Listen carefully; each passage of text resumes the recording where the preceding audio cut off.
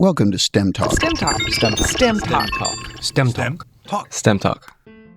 Welcome to Stemtalk, where we introduce you to fascinating people who passionately inhabit the scientific and technical frontiers of our society.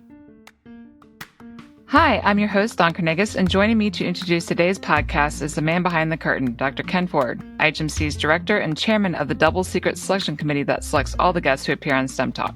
Hi, Don. Great to be here. So today we have Dr. Michael Schmidt, the founder, CEO, and chief scientific officer of Savvaris Aerospace. It's a company focused on assessments and solutions applied to humans in space and other extreme environments on Earth. Michael is known for his work in helping to pioneer the field of precision medicine. He uses molecular analytics coupled with physiologic and behavioral assessments to facilitate human performance and resilience on Earth, as well as in extreme environments such as space. And his work covers a spectrum from NASA, the NFL, the NBA, U.S. Olympic teams, Nike, SpaceX, Axiom Space, NASCAR, Special Operations, the Naval Submarine Medical Research Lab, Mayo Clinic, and many others. And Michael is also a professor of aerospace medicine at the University of Central Florida College of Medicine, which is one of the few programs in the U.S. that offers a medical residency in aerospace medicine. Our conversation with Michael was sufficiently fascinating and wide-ranging that we split the interview into two parts. Today's conversation focuses on Michael's background and the cognitive and physical challenges astronauts experience in spaceflight. We also dive into the many ways that precision medicine is facilitating human performance and resilience here on Earth. In part two of our conversation, which will air in a few weeks, we talked to Michael about his work with NASA and SpaceX on the challenges of civilian spaceflight and the future of Mars exploration, including the construction of permanent colonies on the Moon as well as Mars.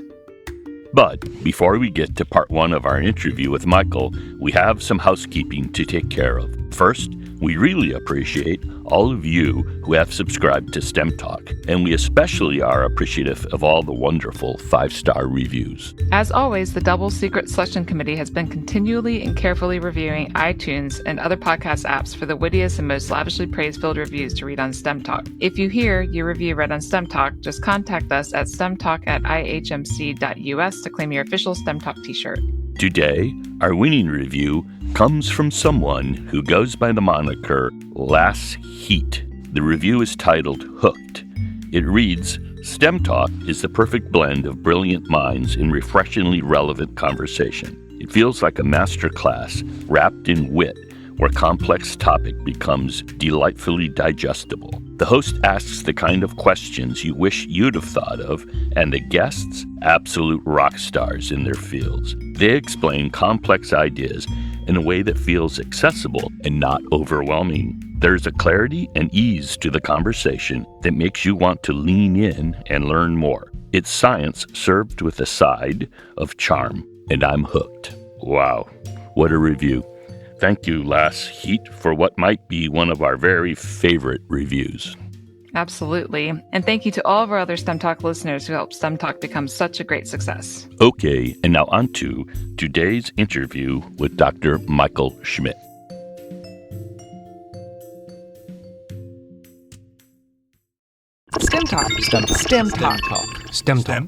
Stemtalk.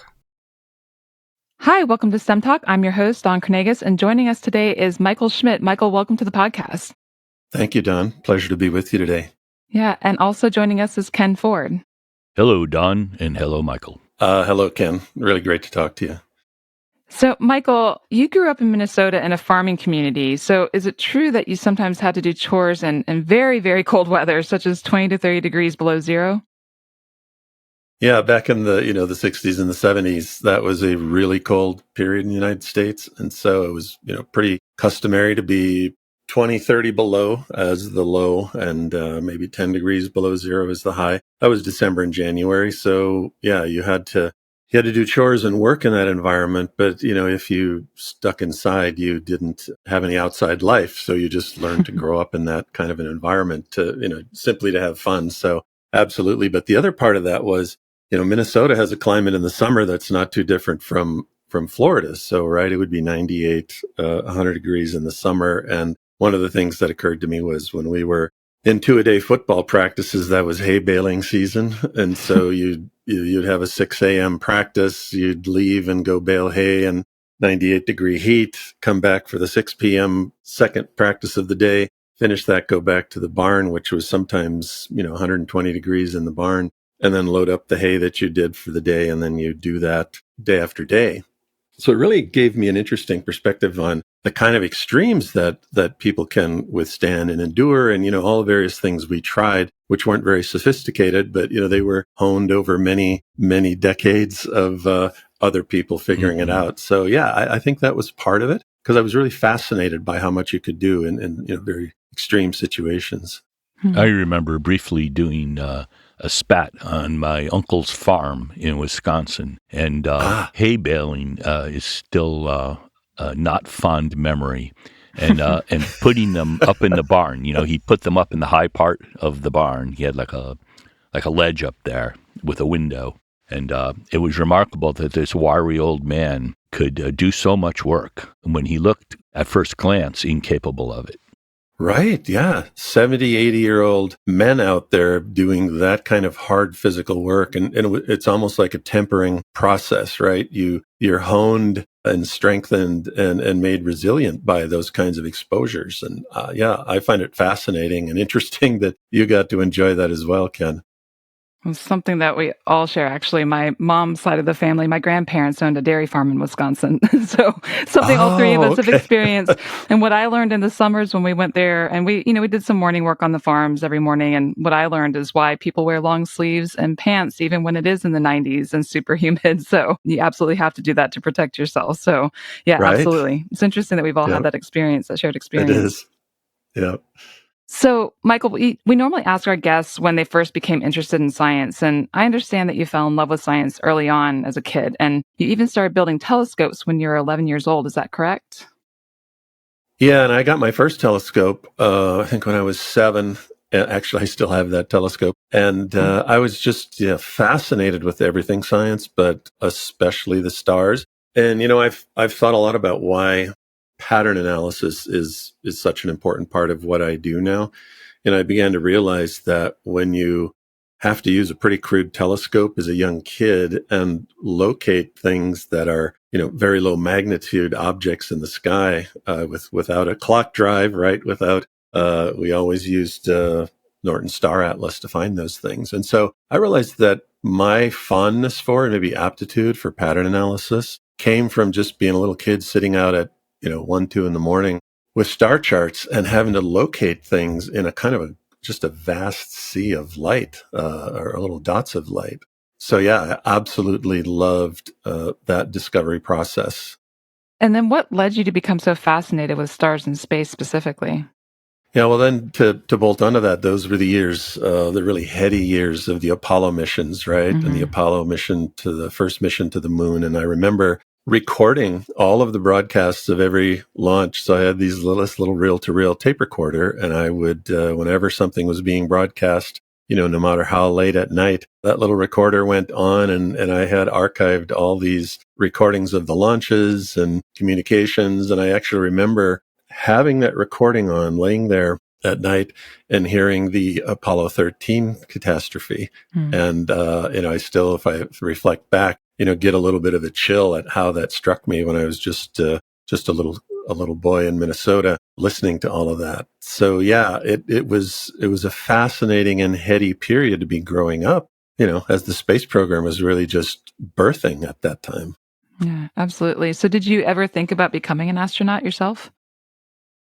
Yeah, I really did. And I took some steps to pursue that, but I also really didn't realize at the time, because I didn't have any direct guidance, that at that time astronauts were mostly test pilots. Most were military of some kind. And if you were going to become an astronaut on the medical side of things, that was a lesser opportunity at that time, which I didn't fully know.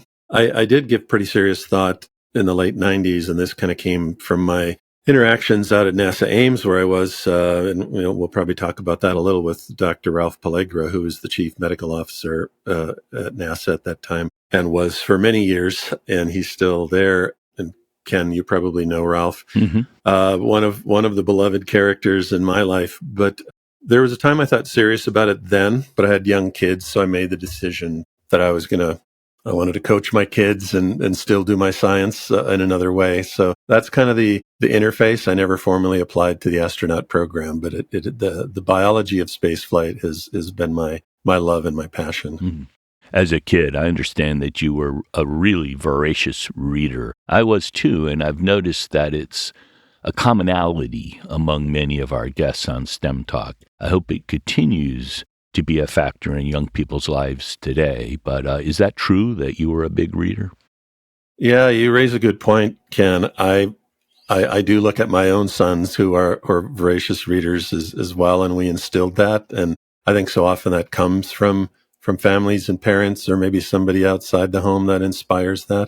But yeah, I remember I would sit there with a book probably 4, 5, 6 years ahead of my class level in school, and then I would get a dictionary. Like I had a physics dictionary, I had a chemistry dictionary. And as I was reading any particular science book and I didn't know what a word meant, I'd have these dictionaries sitting around me, and I would just resource those and try and understand what all the terms meant. So it felt like that really accelerated my understanding of things.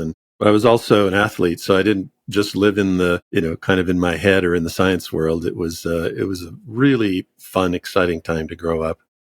And it sounds as if growing up, you not only had a keen interest in space, but also athletic and human performance, which makes sense given everything that we've been talking about up to this point.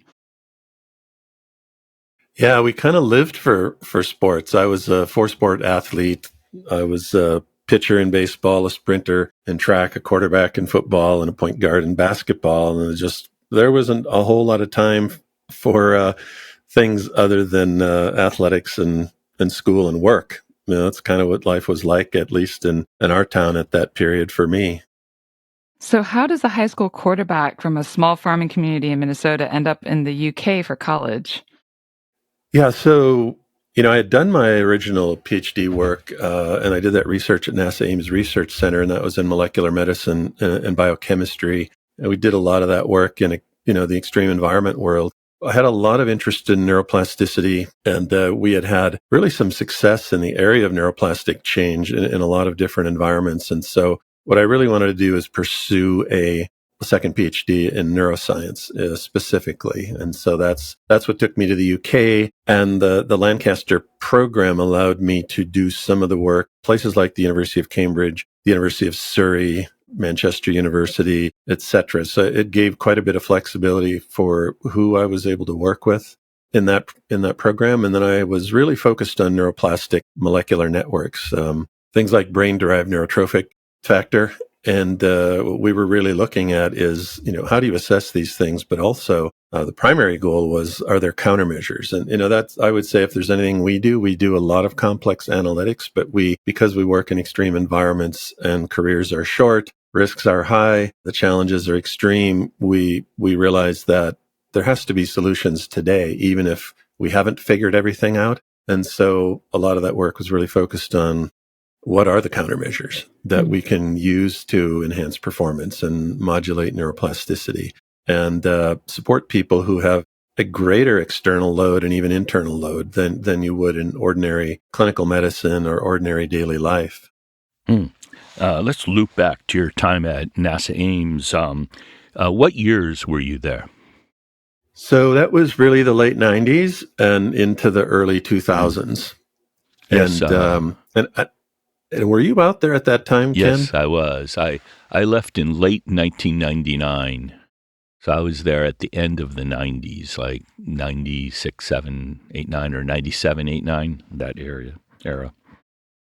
Oh, okay, yeah. So we probably were just kind of crossing paths a little bit at the tail end of yours. And we probably met and knew some of the same people. But I loved it out there. As you know, NASA JSC is one of the primary human factors areas with NASA, and then NASA Ames is the other one that's focused on human biomedical matters. So it was a great place to be, and we also did work with the Tom Goodwin's lab at the disease modeling and tissue engineering lab at Johnson Space Center, and Tom was doing a lot of 3D tissue and organelle development, and that was also an interesting period for the early part of the 2000s. You did work collecting molecular and physiologic assessments of humans using NASA's 20G centrifuge. Could you explain to the listeners how this centrifuge was used in understanding hypergravity and tell us about that a little? Yeah. So anybody who's seen the movie Space Cowboys would have seen the NASA Ames 20G human centrifuge. And 20G sounds like a lot, and it is. Nobody ever spins up to that. And it would be if bad. they did, survives it. But it is rated to 12G. And so there's two cabs in the 20G centrifuge, and then there's a long arm and a short arm. And they're all meant to test different aspects of, physiologic tolerance. And so the 20G has the small cab, which you've probably seen, everyone's seen pictures of, which is, a subject is sitting in the chair. They're usually wired up, and then they apply some of the very acute G forces, to test tolerance and develop countermeasures and things like that. But at the other end of the centrifuge is the B cab, which is bigger, and it's actually almost like a small habitat. And so what we were doing is, there was a question among many of whether or not, let's say you had to undergo continuous G exposure and continuous acceleration, could you respond to something like an emergency in space? So if you were on a mission to Mars, let's say, and you had to sustain a 2G acceleration for any period of time, and there was an emergency and you had to repair a fracture, or you had to do a minor or major surgery or something like that, could you even tolerate that? Or how would you develop the capacity to tolerate that?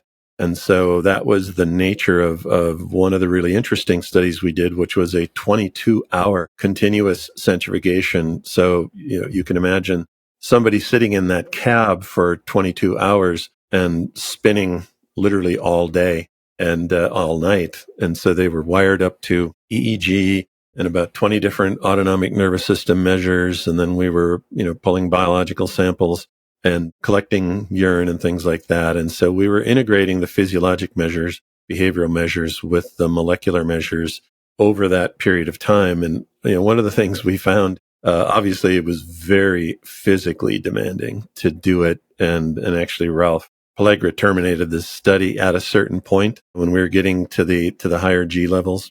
Again, it was only rated for that study to go up to 2.5 Gs, but we didn't even get there. It was very stressful. And so we learned some things from it. There were a small number of subjects. There were only 4 subjects that went through it. But that was the nature of that particular kind of work, was trying to understand human tolerance and to figure out over time, are there things that we can do to strengthen that capability to tolerate those kinds of exposures?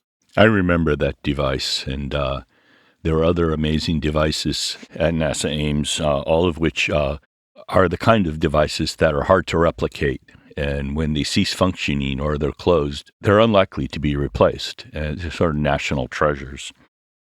That's a good way to put it, Ken. I would say one of the unique things there is the human-powered centrifuge, if you remember that. Yes, I do.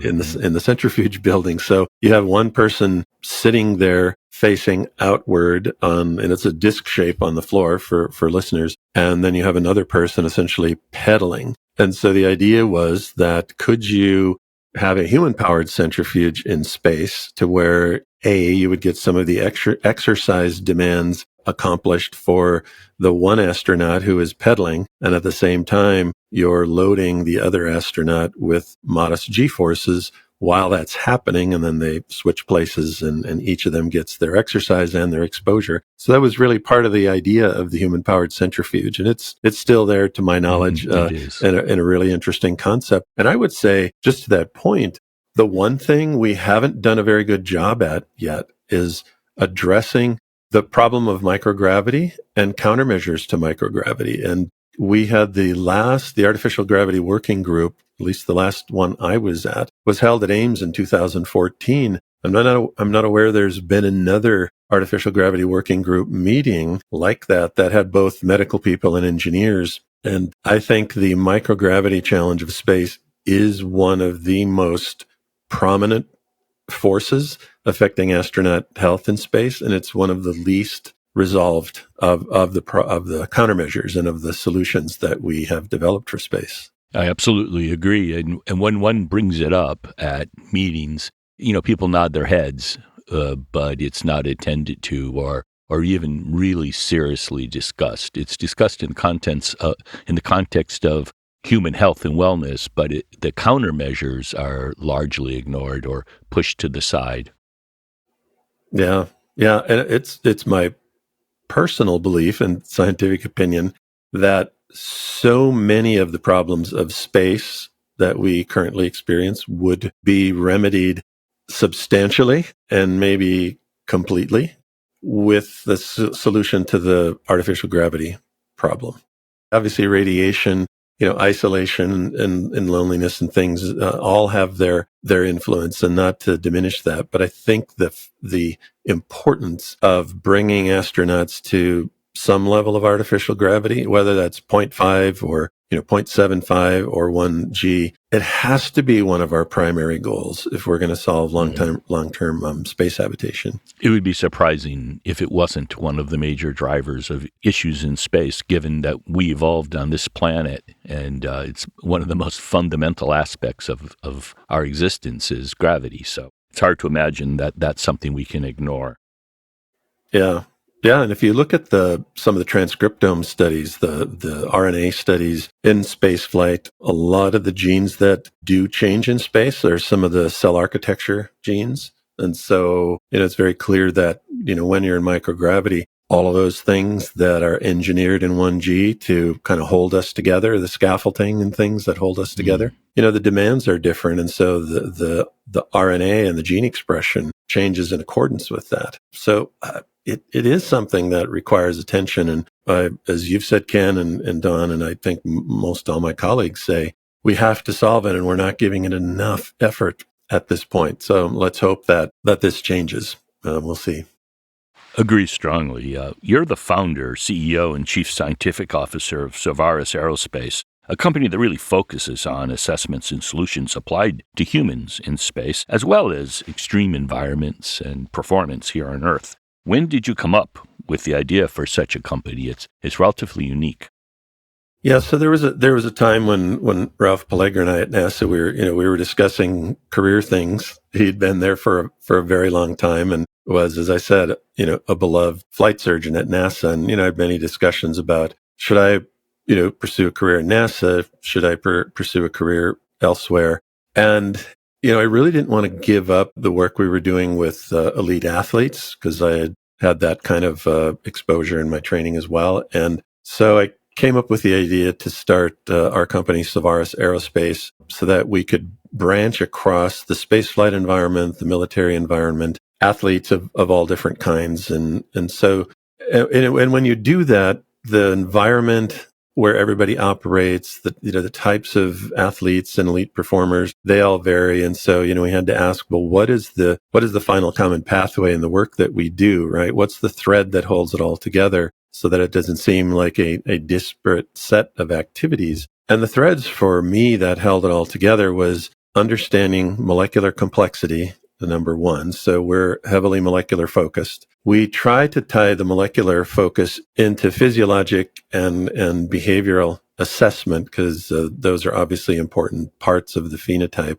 And then heavily focused on solutions as well. So it wasn't just about studying things and trying to understand how they work, but it was really looking at the athlete, the warfighter, the astronaut, and saying, these are all relatively short careers, and they can't all wait 20 or 30 years until there's an answer, right? There's always a physician or a trainer or somebody sitting in front of them who has to address and solve their problems. And so that's where I said, well, it's going to take some work to do this, but this is where we want to focus our effort, and then help to build, number one, the field of OMIX in spaceflight and athletics and military, and also build the field of precision medicine. And I feel like as a company, we have made really good progress along both those fronts. And I think it's actually a premier time right now for OMIX in those environments, and for, in particular, precision medicine in those particular environments. So, those things all take time to build up, but there has to be a ready environment for them. And I think we have found that ready environment. So, Michael, since the human genome was first sequenced a little more than 20 years ago, we've seen an acceleration of genome-based technologies that have made it possible to consider a person's genetic makeup in terms of healthcare, as well as optimizing human performance and even resilience. And you are rather unique in the field because of your application to human spaceflight, as well as to facilitate human performance here on Earth. So could you give our listeners just a brief overview of your approach and also your interest in this space? Yeah. So first of all, the Genome Project was really quite a fascinating turning point, in the history of science and medicine. I'm going to backtrack just a moment, tell you a really interesting turning point when we talk about, what influences us as scientists, during our educational process. And I was, as Minnesota would have it, I was going to listen to a neuroscientist do a presentation at the University of Minnesota on a snowy winter night when a blizzard was coming in. And, it was a question if everyone would even get there. So I got there and it was kind of a sparse crowd. And then they said, well, the lecturer couldn't make it, but we found a guy who's going to stand in for him. And it was a guy lecturing about diatoms. And this was during my undergraduate work. And so I'm going, diatoms, yeah, they're kind of attractive, right? They're kind of cool, but that's not my thing. I'll just sit here and I'll study. I'm just going to use the time to study while his lecture's going on. So I'm sitting in the back and he's going slide after slide after slide of all these different diatoms, different structures, different colors, really different phenotypes. And I'm paying partial attention and looking at it. And it's really quite a beautiful presentation. And then he says, okay, now here's what's interesting. He goes, that was all the same species of diatom. And I kind of perked up and I said, wait a minute, what? They looked so drastically different. So he went on to progress through each of those same slides again. And he said, so here's this species in a selenium enriched environment. Here's the species in a selenium deficient. Here's a magnesium enriched, a magnesium deficient. And he went on and on and on, showing how drastically, the phenotype changed from those different nutrient and environmental exposures. And it was a time where I was, studying genetics in the undergraduate, and I started going, this is the concept of gene expression, right? And there was all this discussion at the time of Lamarck and acquired characteristics. I'm going, wait a second. This is a profound demonstration that he's done. So serendipitously, I found myself sitting in this pivotal moment in the middle of a snowstorm, something I really wasn't intending to attend, and going, that's a revolution in genetics, this gene expression concept. So it really shaped my thinking about, okay, here comes the Human Genome Project, and it's going to talk about these stable genomic elements and a whole range of things like that. But what are all the drivers of the phenotype and the gene expression itself and epigenetics, right, which was a very nascent field at the time? What are these drivers of it all? So that got me, far more deeply into the field of metabolism and all of the external and internal influences on how genes are expressed and how these other features affect the phenotype. So I was sort of locked in at that point into, all right, we need to understand the genome, but now we need to understand what are all these downstream features and molecular behaviors related to the genome that need to be understood. And so it was pretty early in my professional and academic life where I started realizing, the intersection of metabolism and even things like nutrition, environmental exposures, etc., how that was shaping the genome and the phenotype of any individual. So that's been a part of the driver of my thinking for a very long time. And I think that's where the field of multi-omics became so fascinating, because it allowed us the ability to characterize a lot of those things that used to be considered as, let's say, off target to the genome, but they're highly relevant in terms of feedback on the genome and also individually on how they express the phenotype of any given individual and how they account for individual variability. So that bridges into the whole precision medicine discussion from there. And then when we're thinking about how molecular profiling can really make a difference in humans, not just from the medical perspective, but also with respect to performance, it would be great if you could share how you directed the molecular profiling as well as precision medicine efforts for the Golden State Warriors during their record-breaking 73-9 season. And I think that was back in 2016. Could you talk about that a little bit? Yeah, that was a really exciting period for for the team and the league. And it was that particular year was just exhilarating, right? It was something that I think they were 41-4. The team was at one point just an astonishing level of accomplishment. And so where we came in is I worked with so Lachlan Penfold was the head of human performance and sports medicine for the Warriors. And we set up a regular molecular profiling program for the athletes. So each of the athletes every 3 months went through the molecular profiling, and then we would look at each of the molecular profiles and basically make an assessment. What is the biological meaning of that? And then what are the training countermeasures, the diet, nutrition, or medication countermeasures that would be appropriate for that individual? So we had 15 of those to do every time. So Lachlan and I were in meetings pretty regularly, both out in San Francisco and when they would travel sometimes, and certainly when they'd come here to Denver. And it was a pretty steady, constant process of trying to refine this effort with the team. And, it wasn't set up to be a research project, right? We would have loved to measure a whole lot of other outcome measures. It was set up to be a performance program for winning, essentially, and health and recovery and so forth. But one of the things that was reported to us by the athletes, and I would say were the 3 primary self-reports, and I think they're important to consider and think about. And one was that, when you're in a season that lengthy and that demanding, it starts to really wear on athletes, especially they hit a wall about 2/3 of the way through the season. And that's the case in many sports. They reported they didn't hit the wall in the same way as they had previously. Now, what's interesting about that is they had asked the players, do you want to pursue the record or do you want to rest up for the playoffs? And they said, no, we want to continue pursuing the record. So we helped support them through that period of high performance without the normal kinds of rest that they would ordinarily be getting. So we found that interesting, that not hitting the wall was part of their outcome. Now, one could say, but they were excited, they were winning, they were going to set a record, and that's motivating, and there's no question that's part of it. But it is also still demanding. And so we found that interesting. We found that their back-to-back recovery between games on their travel schedule or back-to-back games was much improved. And then the older players in their 30s reported that their recovery was much, much better than it had been before. And so this was just interesting feedback. Had we been able to set up a causality study, that would have been really fascinating. But we learn a lot from these. And I think one of the questions that comes up with people who look at our work is they'll say, well, what does space have to do with athletics? Or what does athletics have to do with space? We look at these extreme environments and these high performance environments as analogs for a precision medicine application. And so they each have unique demands, and some are very highly unique, and we can maybe talk about some of those later, like strike fighter pilots or special forces on fast boats heading through choppy water on the ocean, bouncing around, breachers who are exposed to blast waves. All of those are so different, and so we have to look very carefully at both the environment in each of those situations, the physiologic responses, and the molecular dynamics as we start to analyze what's happening biologically and what that might mean for countermeasure development.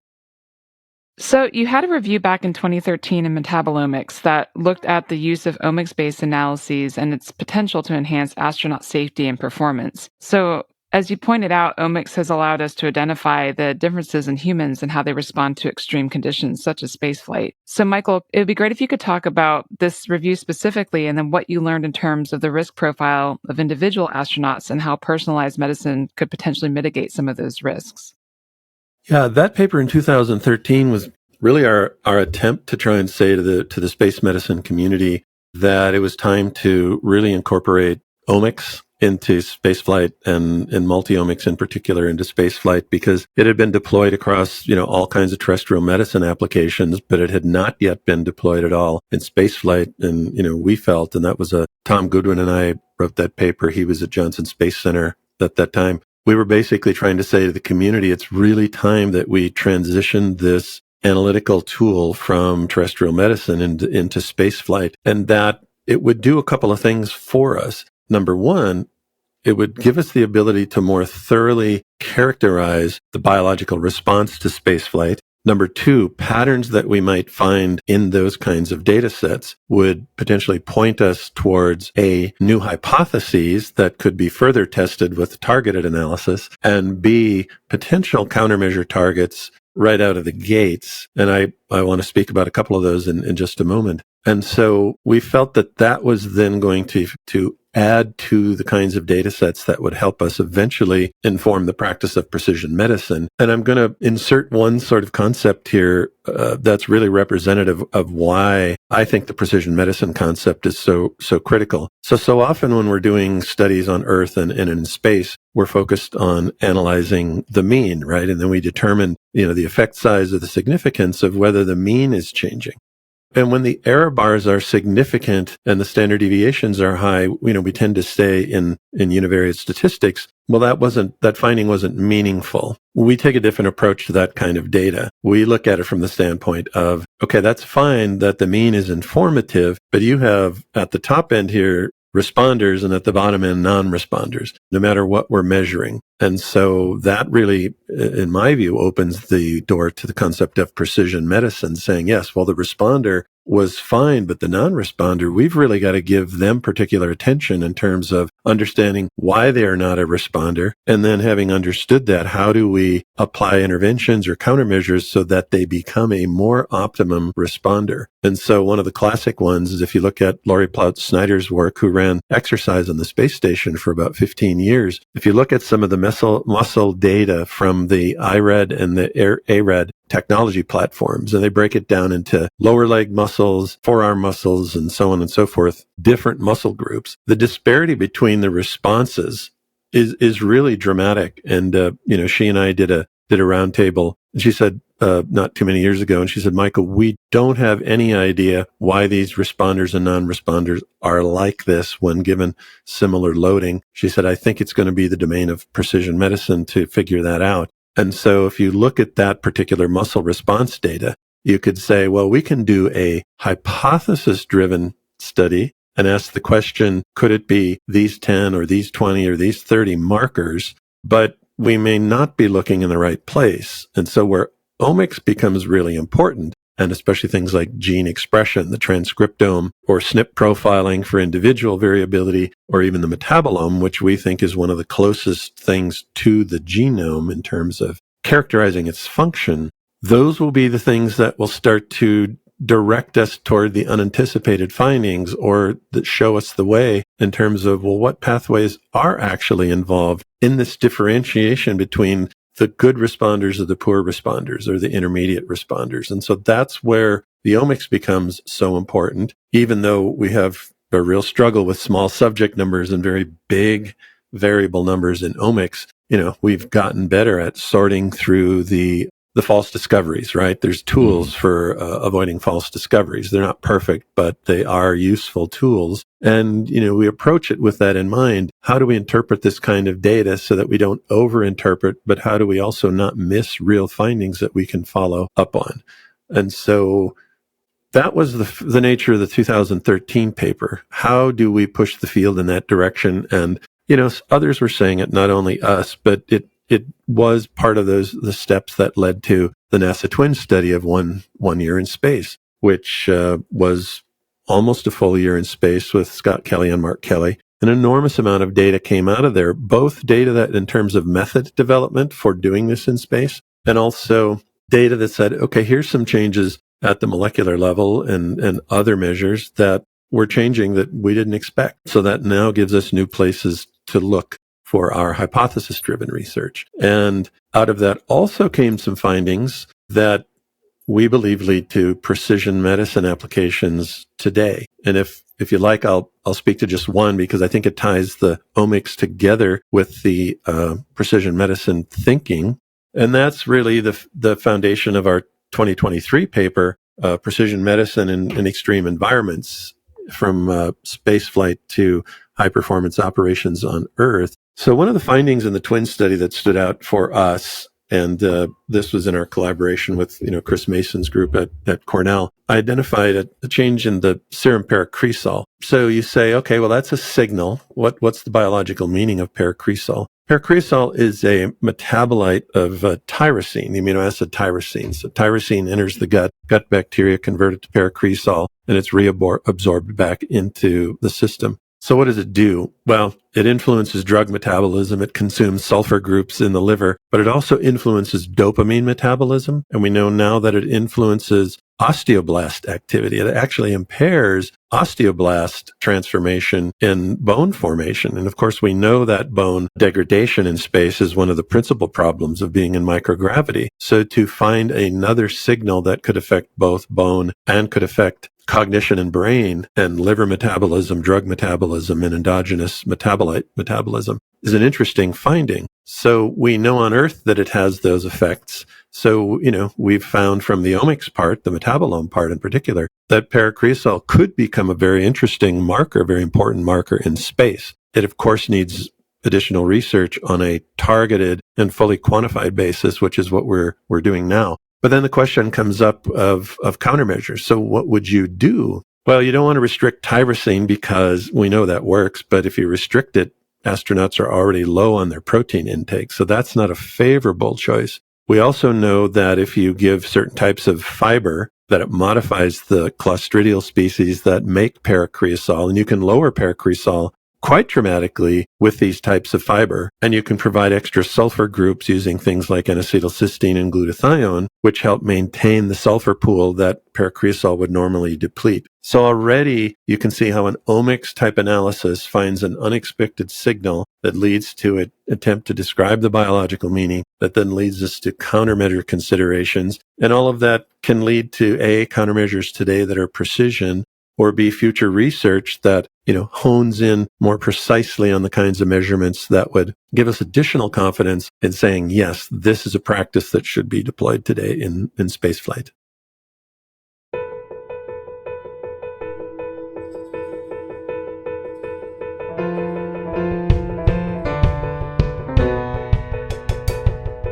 Stemtalk is an educational service of the Florida Institute for Human and Machine Cognition, a not-for-profit research organization investigating a broad range of topics aimed at understanding and extending human cognition, locomotion, health span, resilience, and performance.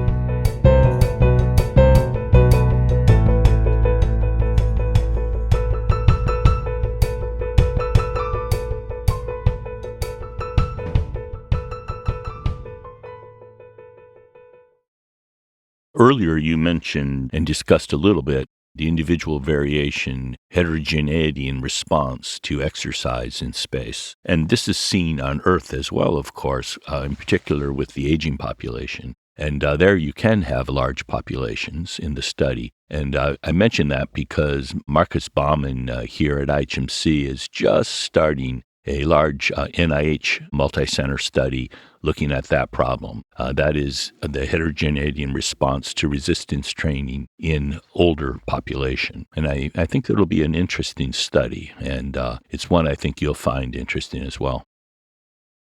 Yeah, I appreciate you mentioning that, Ken. I think that's a very important study, and for its own purposes that you've set out to do. But I'll add one additional thought, and this goes to maybe it's time to bring in the astronaut digital twin, if you think that's a good timing, because one of the things that we've worked on for some time is the digital twin platform, which is you could say it's like an AI platform, but essentially you can look at it as akin to an aircraft engine or a spacecraft, where digital twins are built of an aircraft engine, for example, and then you can do all kinds of parameter testing in the digital twin environment to test out that engine design and those engine parameters. And it's one of the ways that, engineers have for a long time accelerated their design, and to be able to test things before they have to be in the field and refine those designs before going into the field. So it's an extremely well-developed field. But the field of biodigital twins is where we're working in, which is taking that same digital twin concept and applying it to biological systems. And in this particular case, humans and human astronauts. And the difference is that the engineered digital twins are a priori by design, right? So the engineers know all of the parameters and all of the inputs and the design components. The human biodigital twin has to be reverse engineered because we didn't design it. We don't know everything about it. So we work on limited information, but they're extremely useful once you get a digital twin design that matches a phenotype and can be predictive, because now you can test environments of exposure that you're not able to get data derived from. So for example, to test an astronaut digital twin in the different gravity environments or in different durations or in different radiations exposures, that's where the biodigital twin would come in, extremely helpful. And so in the astronaut digital twin, we built this on modular parameters. So you've got because as you know, model building, and this is not a classic model, a digital twin is its own an entity, but in classic model building, the bigger the model, the more unstable it can become. So digital twins are built on a modular basis. So muscle, cardiovascular, bone, cognition, brain are separate modules. And one of our lead modules in the astronaut digital twin, which we also have a terrestrial digital twin, is the muscle model. So the very thing that you're talking about, Ken, is the focus of the first module of the astronaut digital twin and the terrestrial digital twin, to try and resolve that particular dynamic. So would love to have a follow-up conversation about that because, as you probably all are well aware, almost all disease states in terrestrial medicine have such a relationship with muscle mass, muscle strength, muscle integrity. And so, muscle is an afterthought in a lot of clinical practice, but it's a powerful driver in everything, from every aspect of human resiliency through the aging process and even through disease process like ICU survival and infectious disease. Mm-hmm. So that's a fascinating study. Can't wait to hear more, but it certainly aligns with our digital twin platform. That's great. And knowing about you, I'm confident that your biological digital twin study will not fall prey to lots of other approaches. I've seen that these engineered digital twins, as you said, are based on systems that are fully understood, and we can mathematically model them with great accuracy and certainty. And there's very little that we don't know about the system that's being modeled. And in the case of these biological systems, it's so much more complicated. We have a hard time making digital twins of hurricanes, and digital twin of an astronaut is a tremendous undertaking. And I think it's a thing that should definitely be done, but in the spirit of humility and caution and knowing your work. I'm sure that's the way you'll do it. No, absolutely true. And I'll just say one thing about that, and maybe that'll open up to the ApoE4 discussion. But so in the cognitive digital twin that we've been working on for many years, one of the critical features is how does it align with actual knowable outcomes in humans? And so if you take human cognition and dementia, obviously we have a lot of good data on the Kaplan-Meier curves and the Kaplan-Meier curves associated with ApoE44, 3433, 2322, etc.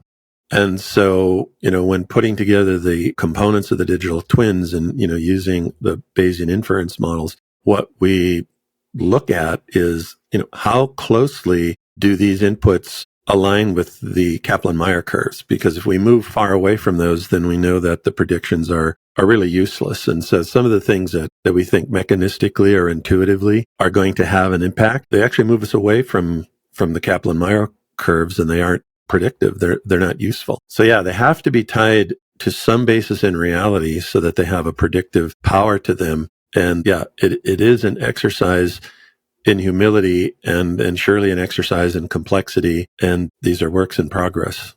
Absolutely, and I'm glad you're doing that. On a devil's advocate theme, and I'm sure you've thought this through, of course, one might wonder that given all the confounds, just many, many confounds and environmental stressors in spaceflight, as we've been discussing, how confident can we be that OMIX analysis performed pre-flight on Earth will tell us much useful about performance, in particular in space? I'm wondering if nature might dominate over nurture in this context.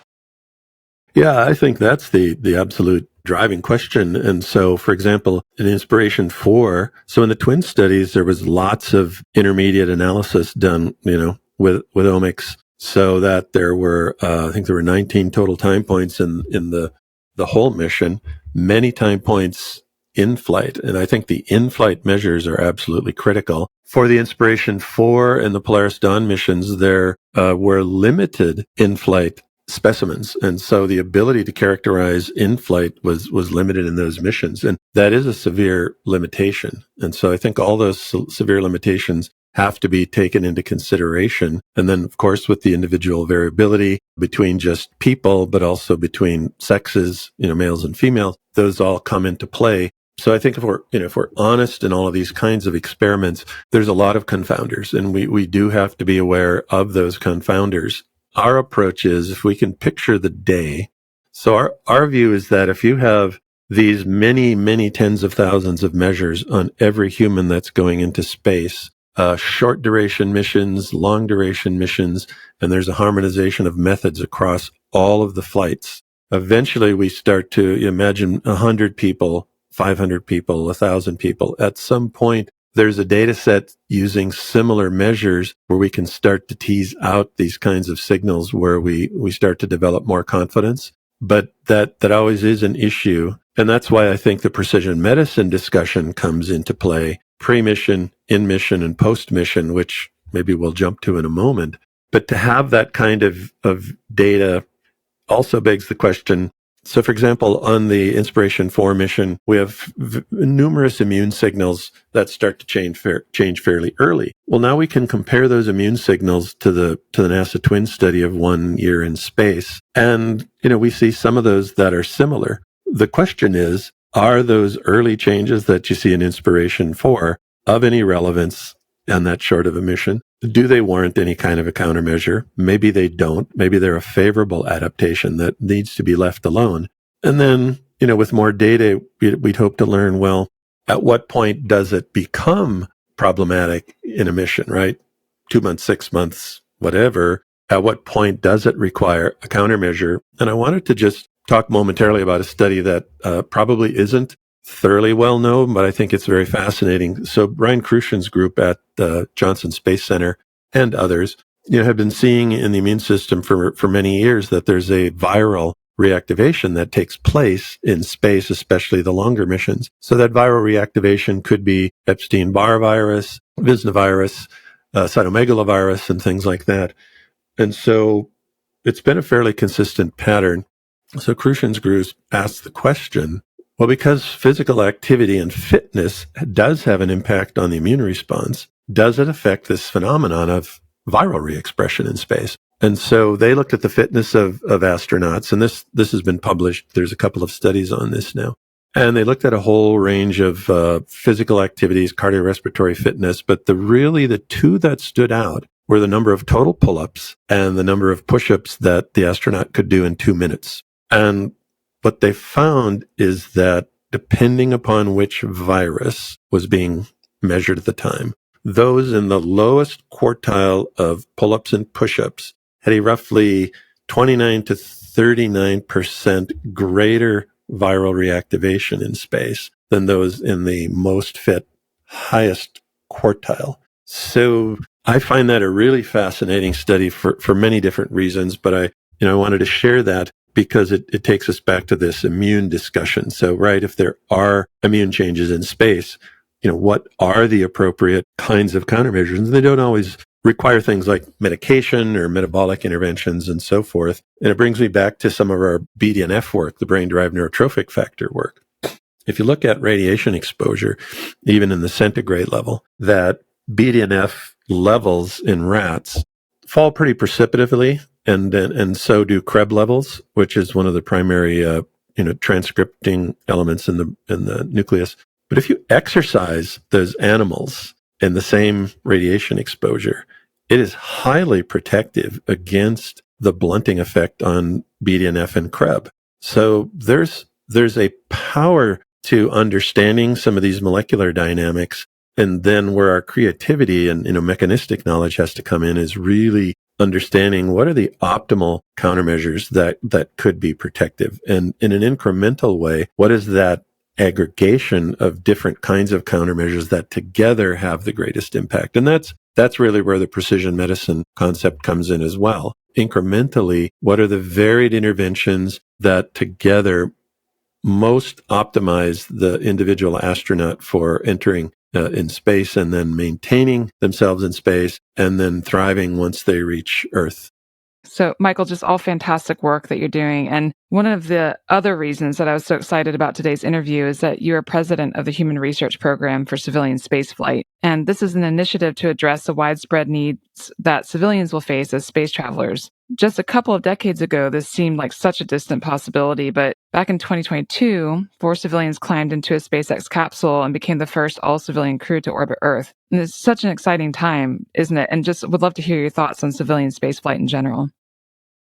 Yeah, it really is an extraordinary time that you don't have to become a professional astronaut to enter into space. And I would say most of the people who do, future forecasting in this area envision that, the commercial astronauts or civilian astronauts will dwarf the professional astronauts in number at some point to where we actually are entering that next phase of a spacefaring civilization. But it does present some unique problems. So as we all know, professional astronauts are highly skilled, highly trained, often military, highly educated, go through very long training programs and carefully selected for teams and so forth. That really won't be the case in the civilian astronaut corps.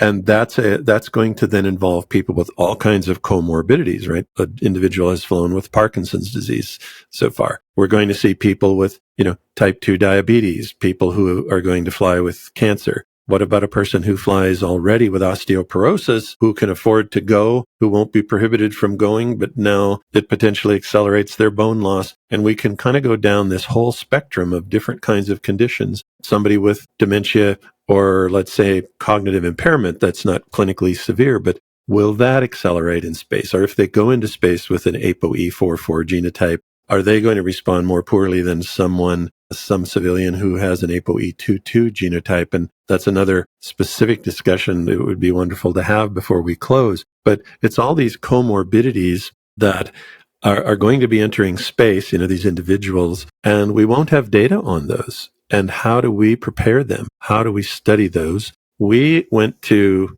NASA early in this process 5 years ago, and I have to give credit to Dr. Michael Marge, who was at HHS and at NASA and at Syracuse University quite a while back. He was really this was his brainchild, the Human Research Program for Civilian Spaceflight. He recruited a couple of us, Dr. Mark Schellhammer, who you know, at Johns Hopkins, and me, and we really became the core leadership group of that initiative, which was to build a human research program for civilian spaceflight. We went to NASA initially and said, would you like to do this? NASA said, we really have to focus on professional astronauts and exploration missions, but we will support you. We also went to the National Space Council in the Office of the President and got their support. And so now we had NASA's blessing, we had the Space Council's blessing, and we really proceeded then to build panels of experts and develop this thing in 2 phases.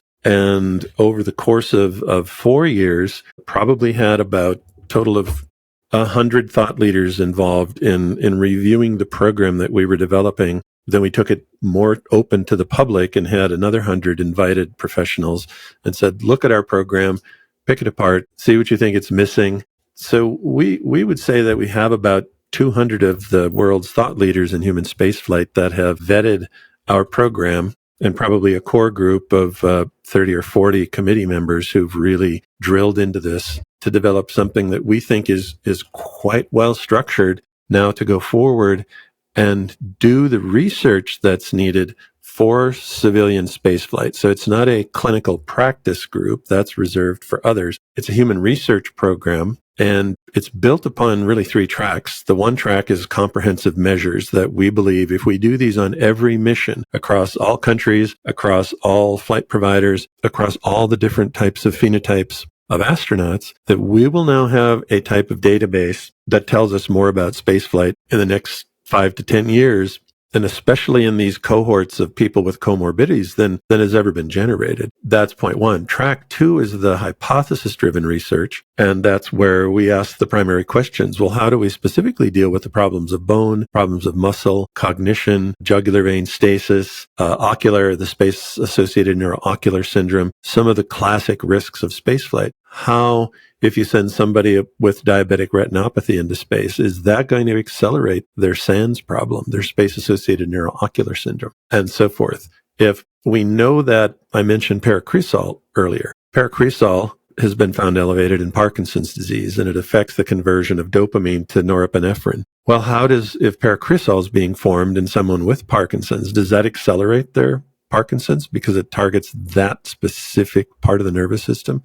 Well, we don't know that, and that's where the Human Research Program could start to answer those questions. The other part of that track one, to just step backward once, is that is then generating a biobank. And so that's ongoing now, and it's been the subject of many of the Nature papers that we've published. But that biobank is at Cornell University that Chris Mason leads, and that biobank then has the specimens that will exist as we go forward. So now imagine having the data from 10, 50, 100, 500 astronauts. But not only that, we have the biobank specimens from all those missions so that as technology advances and new research questions come up, we can go back to those specimens and say, well, what about this idea? Or what if we measure these things now that we couldn't measure before? So it becomes a very advanced and ongoing capability that's established with, modern pre-analytical techniques, modern analytical techniques, modern archival and storage techniques for cell and tissue, a really quite advanced program. And then the track three of this program is really set up to build all the infrastructure like human safety system risk boards and institutional review boards and so on and so forth, so that there's an infrastructure to support this kind of exploration and research capability. So I'll stop there, but that's essentially the core concept of the Human Research Program for civilian spaceflight. That was a great explanation, and we'll provide links to the Nature papers that you mentioned for our listeners. We've discussed some of the general hazards of human spaceflight so far, but now I'd like to shift gears a little bit. And can you touch specifically on the cognitive and physical challenges that humans will face on a long-duration mission to a place like Mars?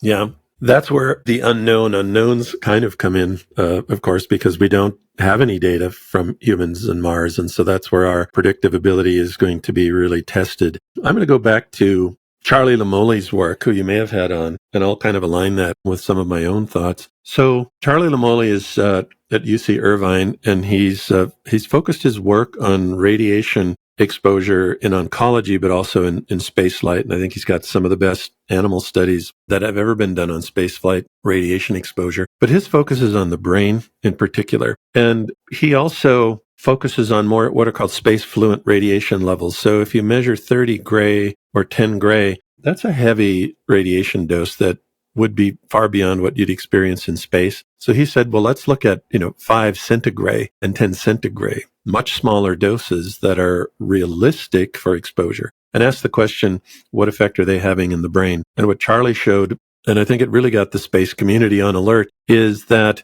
in the rats and mice that were exposed to these space fluent levels of radiation, they were experiencing what's called dendritic retraction. So obviously in the brain, the connections are made through axons and dendrites, but the dendritic portion of it, you could have 10 to 20,000 dendrites per neuron. So they're part of the responsibility for all these vast connections that a single neuron can make throughout the nervous system. And this problem of dendritic retraction was pretty significant. In other words, losing dendrites with the radiation exposure. So one of his studies was asking the question, what's the behavioral implication? And it affected all kinds of things like searching novel objects. But one of the critical things was the fear conditioning extinction experiment. So picture a rat that's going through an electrified, not a maze, but just an electrified grid, having to go through an opening and come out the other side. So the way that's done is they expose the rat to a tone and an electrical charge, and then they usually freeze in place,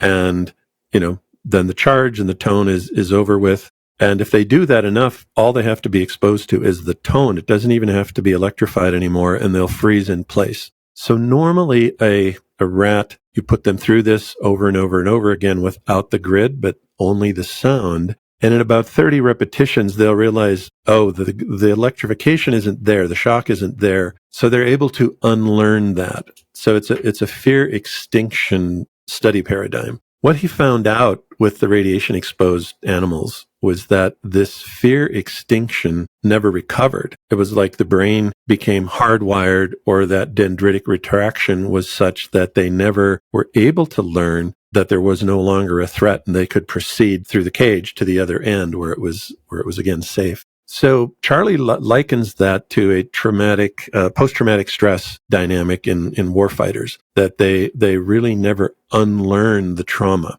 And that's a pretty critical finding.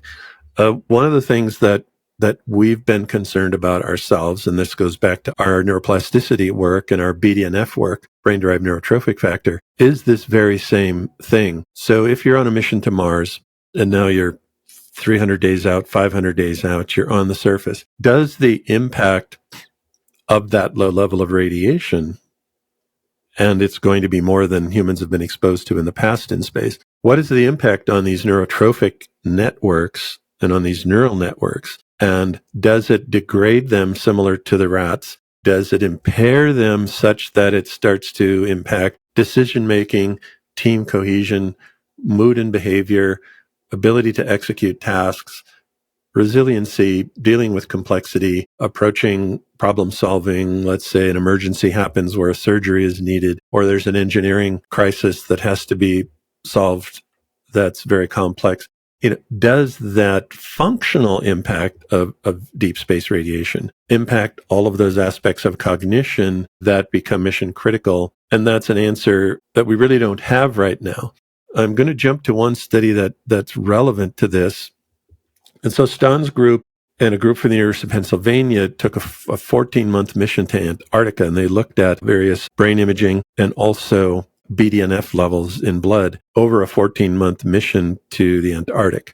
I won't go into all of the details, but I'll just tie it to what I've just mentioned. And what they did find was that BDNF levels were lower in those participants who were there for 14 months. And there were some changes in hippocampal volume. And of course, the hippocampus is the key memory center in the nervous system, and it does have a lower radiation threshold. So NASA has set the whole body radiation at 1,500 millisieverts per career, but 1,000 millisieverts for the hippocampus. So we know it's a more vulnerable tissue. That's why those lower limits have been set. Lamoli saw that in his radiation exposure, and the Antarctic mission showed that hippocampal volume was adversely impacted. So that's really without radiation, right? That's just with prolonged isolation aspect of it. So kind of back to your questions about cognition, we've learned a fair amount about cognition over the many years of the space station. And in many ways, it's not as significant as some people would have anticipated, which is a positive. But some of these functional measures really have to be studied carefully. And as we're getting into higher radiation environments and much longer duration missions like Mars, we do have to really solve these kinds of problems. And this takes us back to a subject I know we all love, and maybe it's a good time to bring that up. And it's the question of ApoE4. So we know that the ApoE4 genotype confers a greater risk to Alzheimer's and dementia and earlier cognitive decline. So that 4/4 genotype concept begs the question, is that of any more risk in space? And I'm going to say right now, we don't know, but there's a couple of points of insight that we can reference that I think are instructive. One of those is in the chemotherapy literature. So we know that cognitive decline in chemotherapy is a significant clinical issue that has not been resolved. So in some of the studies that have looked at a variety of cancers, breast cancer, testicular cancer, and radiation or chemotherapy, those with the 4/4 genotype have a much more significant cognitive decline based on all kinds of measures, MMSE, other measures, than do those with the 2/2 genotype. So we already know that kind of exposure, the 4/4 genotype, confers a greater risk to cognitive decline. This is something that we certainly want to keep in mind when we think about space. So it begs the question, if we look at therapeutic radiation exposures, does the 4-4 genotype similarly lead to greater cognitive decline? So to our knowledge at the moment, those same differential studies looking at 4-4 and 2-2 genotypes in cranial radiation have not been done. We expect that it's going to be a greater risk with 4-4, but I would say we don't have that answer at the moment. But clearly cognitive decline occurs with cranial radiation across the genotypes without specifying which genotype at this point. So that's fairly concerning when we think about going into space. And how much about that do we need to know? To date, we don't have the data. It's in the medical files. That's not the kind of data, the SNP data that is being provided in the professional astronaut corps. We are getting some of that data in the civilian corps, but we don't really know how the ApoE44 genotype in astronauts correlates with their cognitive outcomes. But that's something I think we need to understand. Would we use that for selection? Would we say, well, you can't go if you're a 4-4 genotype?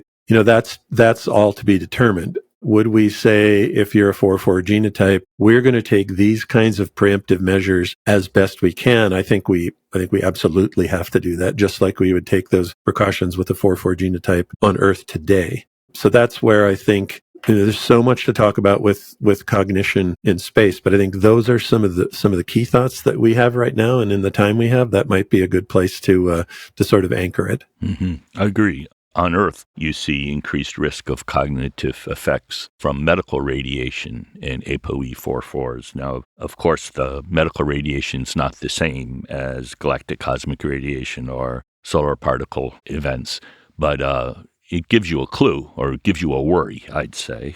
Yeah, absolutely. We're concerned about it. And we've tried to raise it in most of our talks in recent years, just so that the community starts to think about it. And in one of our Explore Mars meetings recently, there's a lot of engineers, designers, architects, and biomedical specialists. And we've tried to raise the issue with the engineers because we think that part of the problem is biological countermeasures, but part of the solution set is engineering countermeasures.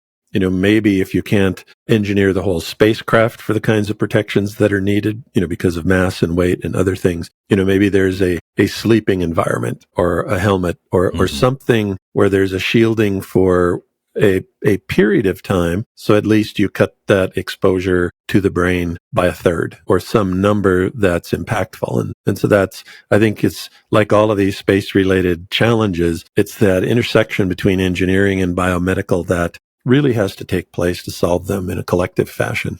Agree completely. We hosted a meeting here some years back on biological countermeasures to space radiation. Although it was called biological countermeasures, the people at NASA who sponsored it were from HEOMD, essentially an engineering organization. And that was the idea, is that you have to consider both approaches, both the biological and the engineering approach.